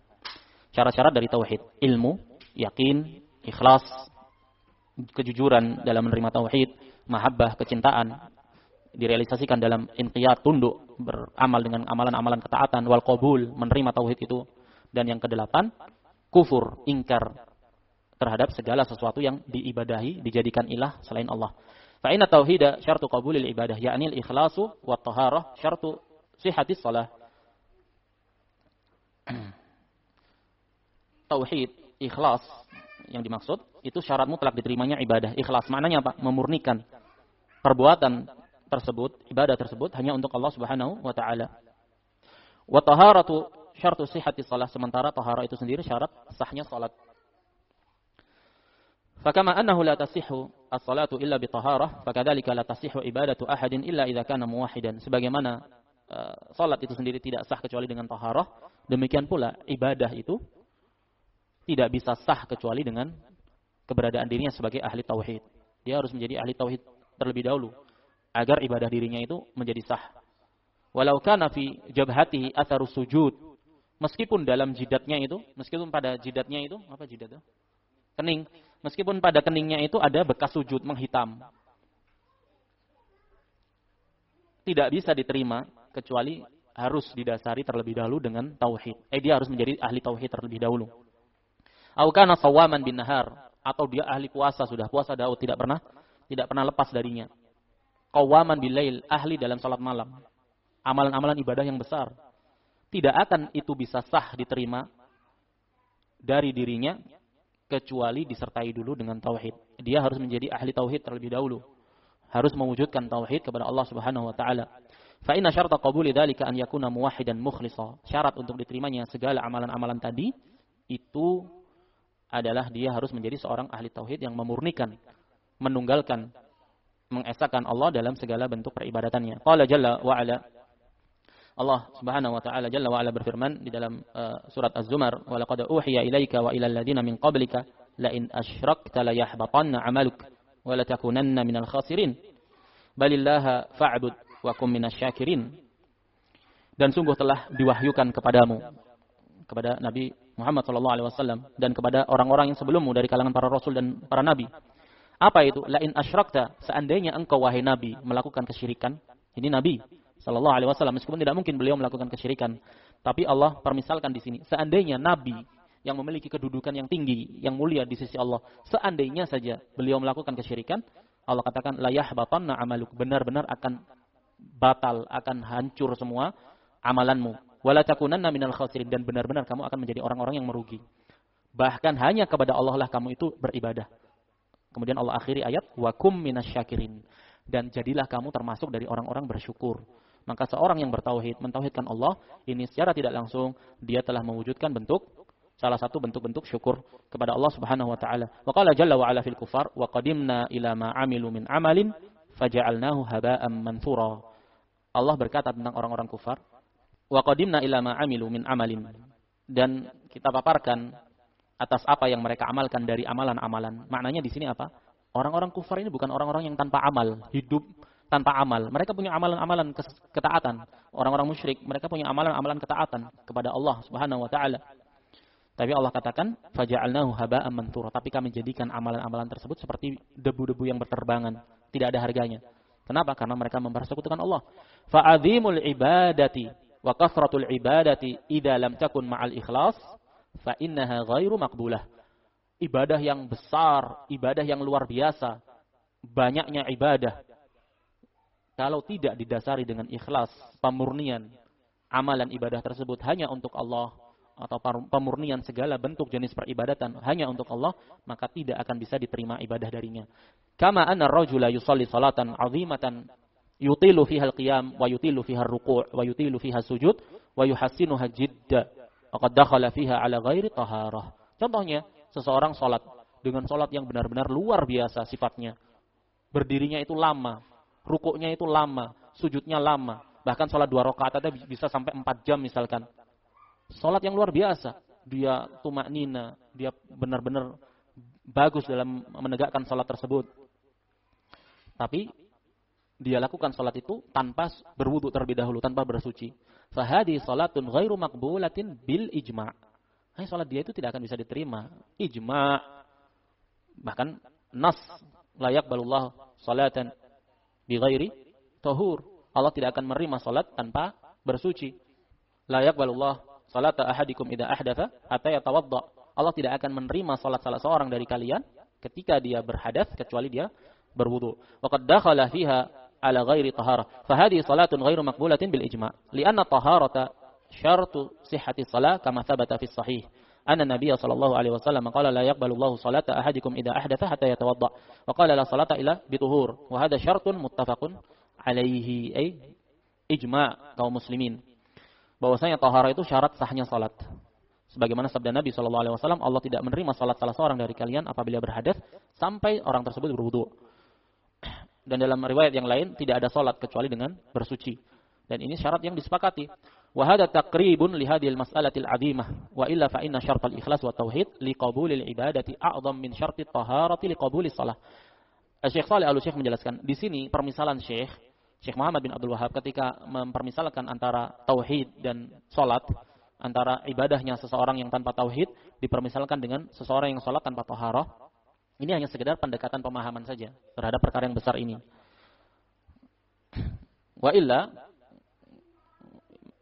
padahal sejatinya syarat ikhlas dan tauhid terhadap diterimanya sebuah ibadah itu jauh lebih besar dari sekedar syarat wajibnya taharah bersuci sebagai syarat untuk diterimanya salat. Kenapa? Li'annahu idza shalla muhditsan muta'ammidan fa inna fi takfirihi khilafan baina ahli ilmi. Kenapa kok permasalahan syarat tauhid dalam ibadah itu jauh lebih besar dari permasalahan syarat taharah dalam salat? Kenapa? Karena apabila seseorang itu salat dalam keadaan dia berhadas, menyengaja dia hadas tapi enggak mau wudu, dia salat. Ada khilaf di antara para ulama, apakah orang yang melakukan hal tersebut dia kafir ataukah tidak? Sisi kekufurannya yaitu dari sisi dia beristihza. Dia berolok-olok terhadap agama. Allah telah tetapkan aturan bahwasanya kalau kamu salat itu kamu harus bersuci. Tidak, dia membangkang. Menyengaja dia tanpa bersuci. Maka sebagian ulama berpendapat bahwasanya ini kafir. Nah, istihza, berolok-olok. terhadap agama. Wa amma idza abadallaha musyrikan fa innahu bil ijma' laisa maqbulal ibadah. Akan tetapi apabila seseorang itu beribadah kepada Allah dalam keadaan dia musyrik, maka yang demikian secara ijma' di kalangan para ulama seluruh madhab bahwasanya yang demikian tidak bisa diterima ibadah darinya. Wabil ijma' huwa kafir, dan secara ijma' pula dia kafir. Orang musyrik yang dia beribadah kepada Allah dalam keadaan dia musyrik, dia bersekutukan Allah dalam peribadatan tersebut, maka dia kafir. Li'annahu asyraka billahi syirkal akbar alladzi la yuqbalu ma'ahu amal, karena dia telah melakukan kesyirikan kepada Allah dengan kesyirikan yang besar di mana tidak bisa diterima bersama dengan kesyirikan besar tersebut amalan apapun itu. Kita selesaikan sedikit lagi. Idza taqarrara dzalika fa inna hadzal asla yaj'alul mar'a yakhafu wa yafrah. Kalau ini semua menjadi jelas bagi kita bahwasanya syarat sahnya sebuah keimanan, sebuah ibadah yang kita diciptakan dalam rangka hanya untuk merealisasikan ibadah tersebut, menghambakan diri kepada Allah, dan itu tidak bisa sah, tidak bisa teranggap kecuali dengan tauhid kepada Allah. Kalau ini semua jelas bagi kita, maka menjadikan hal tersebut untuk seseorang itu di satu sisi dia khawatir, takut, di satu sisi dia bahagia, senang. Ya khafu minasyirki wa ya khafu an yakuna min ahlihi. Di satu sisi dia takut, khawatir dari kesyirikan, dan dia khawatir untuk teranggap sebagai orang-orang musyrik. Di sisi yang lain, wa yafrahu an ja'alahu Allahu jalla wa ala min ahli tauhid. Di satu sisi yang lain dia senang. Allah takdirkan, Allah beri taufik dia menjadi ahli tauhid, mengenal tauhid, mengenal kesyirikan. Wa farahuhu bi an ja'alahu Allahu min ahli tauhid yujibu syukra dzalika wal muhafadzata alaihi. Tindak bentuk syukur kamu, Allah beri kamu taufik untuk menerima dakwah tauhid, di mana kebanyakan orang ini menolak dakwah tauhid, mencaci maki dakwah tauhid. Realisasi bentuk syukur kamu itu ya kamu wujudkan dengan mengimplementasikan, mengamalkan tauhid, mempelajari tauhid dan menjaga tauhid kamu. Wa khaufuhu wa harabuhu min an yakuna min ahli syirki au an ya'tiyahu ba'du syirki. Dan dia khawatir, dia takut, dia kabur dari, dia melarikan diri menjauh untuk dia menjadi pelaku kesyirikan, termasuk dari pelaku kesyirikan, atau dia melakukan sebagian dari bentuk kesyirikan. Maka rasa takut dia itu yaj'aluhu da'imal hadar an ya'tariya ibadatahu au aqidatahu au aqwalahu syai'un minasyirkiyat. Karena dia sudah tahu konsekuensi kesyirikan apabila mencampuri sebuah peribadatan itu membatalkan ibadah, merusak tatanan ibadah dan keimanan, bahkan menyebabkan pelakunya itu kekal di dalam neraka. Maka ini senantiasa menjadikan seorang ahli tauhid untuk waspada, was-was, senantiasa berhati-hati dan memperhatikan segala tindak tanduk peribadatan dia, akidah dia, ucapan-ucapan dia, agar bersih dari kesyirikan. Lianna syirkiyat idza kanat minasyirkil akbar fa innaha muhbitatun lil amal. Karena kesyirikan itu kalau dia termasuk syirik besar, ini membatalkan amalan. Wa idza kanat minasyirkil asghar fa innaha a'dhamu minal bid'ah wal ma'asi al mukhtalifah. Kesyirikan kalau itu syirik besar meruntuhkan secara total tatanan keimanan dan masuk padanya ke amal. Wa idza kanat minasyirkil asghar, kalau kesyirikan itu termasuk jenis kesyirikan kecil, maka ini jauh lebih besar dari kebid'ahan dan maksiat dengan beraneka macam ragamnya. A'ni min haitsu al-jins. Yang beliau maksudkan Syekh Shalih di sini, jenis kesyirikan kecil itu jauh lebih besar dari jenis kebid'ahan dan maksiat. Paham maksudnya Bima? Naam.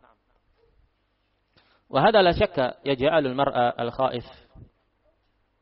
Contohnya misalkan ar-riya al-yasir. Ar-riya al-yasir. Riya yang sifatnya itu sedikit. Riya yang masuk kepada diri seseorang yang sifatnya sedikit. Ini jenisnya apa? Kesyirikan yang kecil. Nah, dia kesyirikan yang kecil. Dengan kasus misalkan seseorang membunuh ibunya. Ini apa jenisnya? Kabairud dzunub, ma'asi, termasuk dari dosa-dosa besar. Terkadang jika kita melihat kepada satuan dari kesyirikan itu, kesyirikan yang kecil itu atau jenis maksiat itu, satuan dari jenis-jenis maksiat diantaranya misalkan seseorang membunuh ibu kandungnya sendiri. Bisa jadi terkadang membunuh ibu kandungnya sendiri itu besar, lebih lebih besar. Nah, itu jika ditinjau dari satuannya. Tapi Syekh di sini berbicara tentang jenis. Jenis kesyirikan kecil itu jauh lebih besar daripada jenis kebid'ahan dan kemaksiatan. A'ni min haitsul jins. Wa hadha la syakka yaj'alul mar'a al-khaif ar-raji al-fariha bitauhid al-khaif min asy-syirki yaj'aluhu yatlubu hadhihi al-qawa'id allati taj'aluhu fi yaqinin min amrihi. Ini menunjukkan, memberikan faedah pengajaran, tidaklah diragukan lagi, membuat seseorang yang memiliki rasa takut untuk terjatuh dari kesyirikan tanpa dia sadari, seorang yang banyak mengharap dan bahagia, senang dengan tauhid, Allah beri taufik terhadap tauhid dan takut dari kesyirikan, senantiasa dia menjadikan dirinya itu selalu mencari, selalu menuntut kaidah-kaidah yang dengan kaidah-kaidah tersebut dapat menjadikan dirinya itu berada dalam keyakinan terhadap urusannya, dalam beragamanya itu. Bagaimana kamu bisa yakin terhadap tauhid? Bagaimana kamu bisa yakin terhadap keimanan kamu? Nah, ini senantiasa kamu cari. Bagaimana Anda bisa yakin? Bagaimana Anda bisa menambah keyakinan keimanan Anda? Itu maksudnya.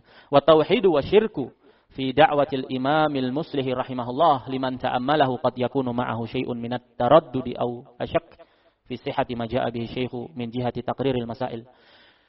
Permasalahan tauhid dan permasalahan kesyirikan yang dibahas, yang dibawakan, didakwahkan oleh Al-Imam Al-Muslih Muhammad bin Abdul Wahhab rahimahullah, bagi seorang yang merenunginya, terkadang ada pada diri seseorang itu keraguan, kebimbangan, kebingungan tentang kebenaran dakwah Syekh Muhammad bin Abdul Wahhab dari sisi penyampaian atau penjabaran permasalahan-permasalahan yang dibahas berkaitan dengan tauhid, syirik, musyrik, misalkan. Wa min jihatil hukmi ala ahli syirki wal isyrak. Atau menyisakan bagi orang, sebagian orang, terkadang ada pada dirinya itu keraguan, kebimbangan, kebingungan ketika mempelajari dakwah Syekh Muhammad bin Abdul Wahhab rahimahullah. Ini dari orang-orang yang menerima dakwah beliau sendiri. Kita tidak berbicara orang munafik atau orang-orang pelaku kesyirikan. Dari pelaku tauhid sendiri yang mempelajari risalah-risalah beliau, terkadang tersisa pada dirinya itu ada sedikit kebingungan, kebimbangan, keraguan atas apa yang dipaparkan, dibawakan oleh Syekh. Kok Syekh bicara tentang kesyirikan? Kok menghukumi pelaku kesyirikan ini sebagai musyrik? Paham? Li'anal mas'alata 'azimah, karena permasalahannya ini besar. Apa itu? An yakuna ahadun mimman yaqulu la ilaha illallah Muhammadun Rasulullah wa yusalli wa yuzakki wa yasum wa yahujj wa yata'abbadu wa yakunu min ahli al-ibadatil 'azimah wa min ahli salah hasba ma ya'taqidun nas thumma yuqalu inna 'amalahu alladhi 'amilahu minasyirkiyat. Seseorang yang memperturutkan perasaannya tadi, baper, memperturutkan perasaan dan akalnya, akan bimbang. Masa? Bingung dia. Galau.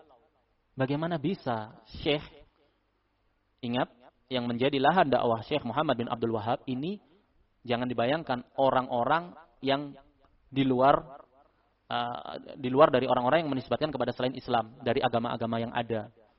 Aliran kepercayaan, Hindu, Buddha. Ini enggak masuk, bukan ini yang dianggap, bukan ini yang diistilahkan sebagai orang-orang musyrik yang menjadi lahan sasaran dakwah Syekh Muhammad bin Abdul Wahhab rahimahullah. Siapa mereka yang dikategorikan sebagai pelaku kesyirikan? Yaitu orang-orang yang menisbatkan diri kepada Islam. Beriman, bersyahadat la ilaha illallah Muhammad Rasulullah. Salat, zakat, puasa, haji. Bahkan memiliki ibadah-ibadah yang besar. Bahkan terkadang menurut pandangan manusia, menurut penilaian manusia, ini orang baik, orang alim. Kemudian lantas dikatakan amalan dia itu, yang dia amalkan itu termasuk amalan-amalan kesyirikan. Habib fulan, wali fulan, kiai fulan, orang besar. Masa amalannya dia itu dikatakan kesyirikan, misalkan. Au yuqal, atau mau dikatakan, misalkan, innahu lamma lam yakfur bit-taghut fayakunu amaluhu hadza kala syai'. Masa cuman karena dia enggak kufur terhadap taghut, loh ini bersyahadat la ilaha illallah, ibadahnya luar biasa, salat malamnya luar biasa, haji loh ini, Pak Haji fulan, Kiai Haji fulan. Masa cuman gara-gara tidak kufur terhadap taghut lantas akan dikatakan bahwa semua amalannya itu kala syai'in, seakan-akan tidaklah berarti apa-apa. Kan besar. Orangnya jenggotnya panjang, jubahnya, imamahnya, amalannya baik, sedekahnya di mana-mana. Jadi terkadang orang yang kurang dalam memahami konsep tauhid itu sendiri akan galau mereka dalam menerapkan tatbik dakwah Syekh Muhammad bin Abdul Wahhab rahimahullah. Karena memperturutkan perasaan itu tadi. Makanya Imam Al-Albani rahimahullah mengatakan dalam silsilah Al-Huda wan Nur, beliau mengatakan ad-dinu laisa bil aqli wala bil atifah. Innama bittiba'i ahkamillahi fi kitabihi wa ahkami rasulihi fi sunnatihi wa fi hadithihi. Agama itu tidak ada tempat bagi akal padanya, tidak pula dengan perasaan. Agama itu murni dibangun dengan mengikuti hukum-hukum Allah di dalam kitabnya dan hukum-hukum Rasul sallallahu alaihi wasallam dalam sunnahnya dan hadits-haditsnya. Nah, jadi agama itu tidak bisa kamu perturutkan dengan perasaan, murni ittiba, sami'na wa ata'na. Jika agama itu diperturutkan dengan perasaan, ya bubar, tidak akan bisa. Makanya Nabi Ibrahim mengatakan kepada Allah, Rabbana inni askantu min dzurriyyati biwadin ghairi dzi zar'in 'inda baitikal muharram. Wahai Rabbku, aku tinggalkan keluargaku, Ismail, seorang bayi yang masih menyusu, dan istrinya Hajar, di biwadin ghairi dzi zar'in, di suatu tanah tandus di Mekah, tidak bisa tumbuh tanaman, tidak ada air, tidak ada penduduk, tidak ada pemukiman. Kalau kita katakan agama itu perasaan, kok tega Ibrahim? Kok bisa? Kok seperti itu? Tapi tidak, agama itu murni imtithal, menerapkan, melaksanakan perintah Allah Subhanahu wa taala. Dan diriwayatkan oleh Abu Dawud dalam sunannya dari asar Ali bin Abi Thalib, beliau mengatakan, laula din bir ra'yi, kalau seandainya agama itu dengan akal, lakana asfalal khuf aula bil masih min a'laha. Kalau agama itu dengan akal, niscaya bagian atas dari sepatu itu tadi lebih utama untuk, niscaya bagian bawah dari sepatu itu lebih utama untuk diusap. Waqad ra'aitu Rasulullah sallallahu alaihi wasallam yamsah ala dhahiri khufaih. Dan sungguh aku benar-benar melihat Rasul sallallahu alaihi wasallam berwudu, beliau mengusap punggung bagian atas dari sepatu beliau. Menunjukkan bahwasanya agama itu bukan dengan perasaan. Hada amrun 'azimun wa syaqun 'ala nufus an taqbalahu.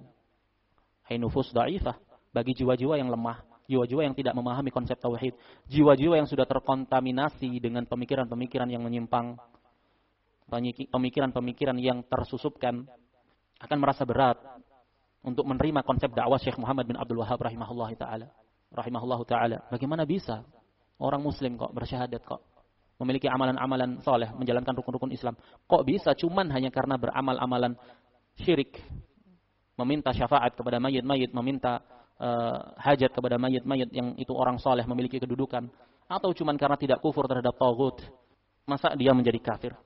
Farubbama hadatsa min jihatin nadhar fin nasil ladzina yata'abbaduna al-ibadatil 'azimah wa hum waqi'una fi syirk. Terkadang terjadi, kalau dari sisi kita tinjau, ada pada orang-orang itu yang memiliki ibadah-ibadah yang luar biasa, salat malamnya tidak pernah putus, puasanya, sedekahnya, amalan-amalan yang luar biasa, hajinya, umrahnya. Sementara mereka itu terjatuh dalam amalan-amalan kesyirikan. Mengagung-agungkan kuburan-kuburan orang-orang yang dianggap saleh, meminta hajat kebutuhan kepada mereka. Waqi'una fi syirk, terjatuh dalam kesyirikan. Atau menganggap bahwa hukum selain hukum Allah itu jauh lebih utama, jauh relevan untuk diterapkan di masa ini. Cuman sekedar itu saja. Rubbama ta'adhama ba'dun nas an yakuna ulaika minal musyrikin. Terkadang sebagian orang merasa besar, merasa berat. Apa-apaan ini? Masa seperti itu termasuk orang-orang musyrik? Ini tidak memahami konsep dakwah Syekh Muhammad bin Abdul Wahhab, galau, bimbang, bingung. Masa orang-orang seperti itu? Berat hatinya. Wa hadhil qawaidu li ta'sili hadhil mas'alatil 'azimah. Nah, risalah Al-Qawaidul Arba' ini pembahasannya dalam rangka untuk membangun pondasi terhadap permasalahan yang besar ini. Apa itu? Meletakkan sesuatu pada tempatnya. Apa yang Allah katakan sebagai kesyirikan adalah kesyirikan, Allah tetapkan sebagai kekufuran adalah kekufuran, Allah tetapkan pelakunya sebagai orang-orang musyrik, Allah tetapkan pelakunya sebagai orang-orang kufar. Wa hiya annal amra yunzaru fihi ila haqqillah. Urusannya itu selalu dilihat kepada haknya Allah. Wa inna ma atal khalalu min jihati nadharin nas ila haqqil makhluk. Kegalauan, kebimbangan tadi dalam konsep tauhid dan syirik. Masa memperturutkan perasaan, masa orang punya ibadah, orang alim, orang begini dan begitu. Baik. Naam. Masa mau kita katakan musyrik? Permasalahan berkaitan dengan tauhid dan syirik harus selalu dikedepankan haknya Allah. Nah, kecacatan dalam penilaian itu tadi Wa inna ma atal khalalu min jihati nadharin nas ila haqqil makhluq. Datang kecacatan itu, salah kaprah dalam memahami konsep tauhid dan syirik itu karena sebagian manusia ini melihat dari sudut pandang haknya makhluk. Dia tidak melihat kepada sudut pandang yang lain, itu haknya Allah. Allah dipersekutukan dalam ibadah. Jadi kamu jangan memperturutkan kepada haknya makhluk. Kasihanlah. Masa begini, masa begitu. Kamu memperturutkan akal dan perasaan kamu. Ila waqi'il makhluk, kepada kenyataan yang terjadi pada makhluk itu tadi, hamba tadi.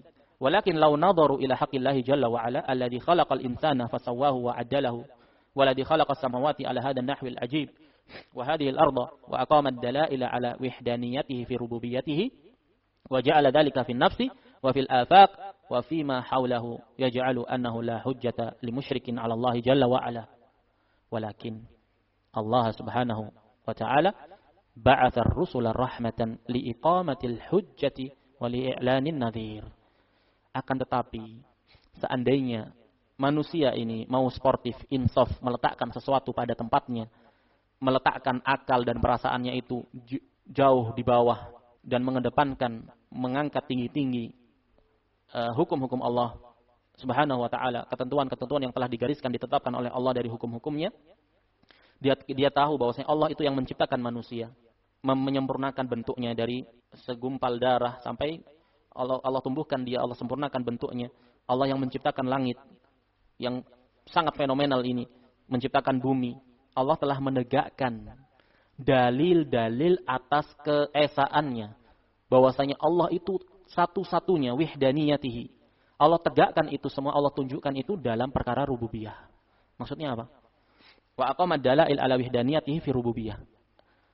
Allah telah tegakkan bahwasanya segala penciptaan alam semesta yang maha dahsyat ini itu hanya Allah Subhanahu wa taala semata. Wa ja'ala dzalika fi nafs. Allah jadikan itu terfitrah, terpatri dalam sanubari setiap jiwa. Wa fil afaq wa fima haulahu, dan pada seluruh penjuru dan yang sekitarnya.